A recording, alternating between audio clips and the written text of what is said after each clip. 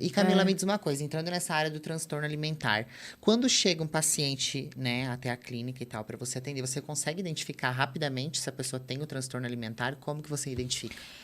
Nem sempre é tão rápido assim, porque quem tem um transtorno alimentar normalmente procura ajuda já tardiamente.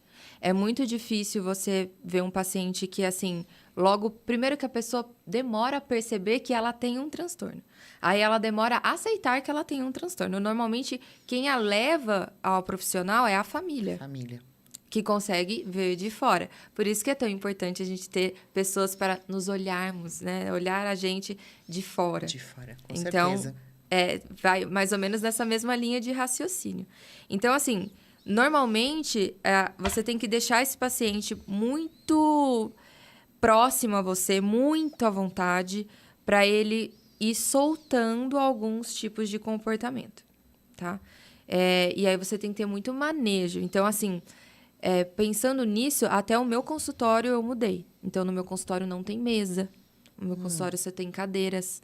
Então, Ah, para você literalmente ouvir, exato. né? Então, é quase como se fosse um consultório de psicólogo, Sim. né? Mas é assim, eu não me coloco numa altura maior que o paciente, a minha altura é a mesma, né? Ele fica de frente para mim, próximo a mim.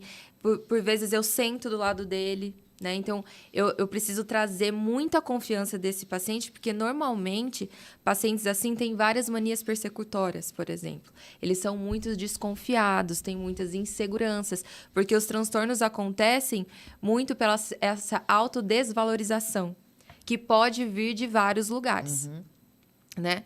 Então, no fundo, eles acham que eles não são... como que eu posso dizer? Eles não merecem aquilo, né?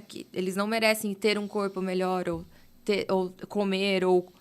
Enfim, tem várias coisas envolvidas. Então, realmente, você tem que pôr um pezinho aí na psicologia, trazer... E aí você começa a identificar. No momento que eu identifico, rapidamente eu já encaminho esses pacientes. Ah, você faz Sim. um encaminhamento Trans- já para tratar a parte psicológica também. Sim, transtorno alimentar não se trata Só o sozinho. Nutri. Uhum. Não se trata, tá? Então, assim, para você tratar um transtorno alimentar, você precisa E impreterivelmente... todos aceitam quando Nem todos. você encaminha para uma psicóloga? Nem todos, mas aí de novo, né? Deu negociando, explicando. Eu não sei, assim, eu acho que a gente atrai realmente pessoas que estão abertas ao seu jeito, né? Então, assim, para mim sempre funcionou muito explicar. Porque, na verdade, no fundo, é a forma que eu me sinto confortável. Então, eu expliquei isso hoje para uma paciente que está passando por um momento super difícil. Aí eu peguei e falei, olha, tenta racionalizar tudo isso que você está passando, porque quando o sentimento, ele é muito angustiante porque ele não é palpável. Então, dói, mas não está sangrando, não está ralado, não está cortado. E aí você fica numa angústia porque você fala, mas está doendo, né? E quando você consegue racionalizar um problema, ele começa a ficar um pouco mais palpável, né? E aí parece que fica um pouco mais fácil. E a ciência me ajuda muito nisso. Então, sempre tento entender por que aquilo está acontecendo. Então, foi aí que eu comecei a estudar neurociência, a psicologia. Por que a pessoa se comporta assim? Por que isso está acontecendo? Por quê? E aí, você vai buscando os porquês, vai te dando um conforto, né? Nem tudo tem porquê. Mas, quando você se agarra em algumas explicações, parece que fica mais Sim. claro. E então eu vou explicando. Por que você precisa de um psiquiatra? Bom, porque todo esse processo de compulsão, anorexia, bulimia, tem um desprendimento de dopamina.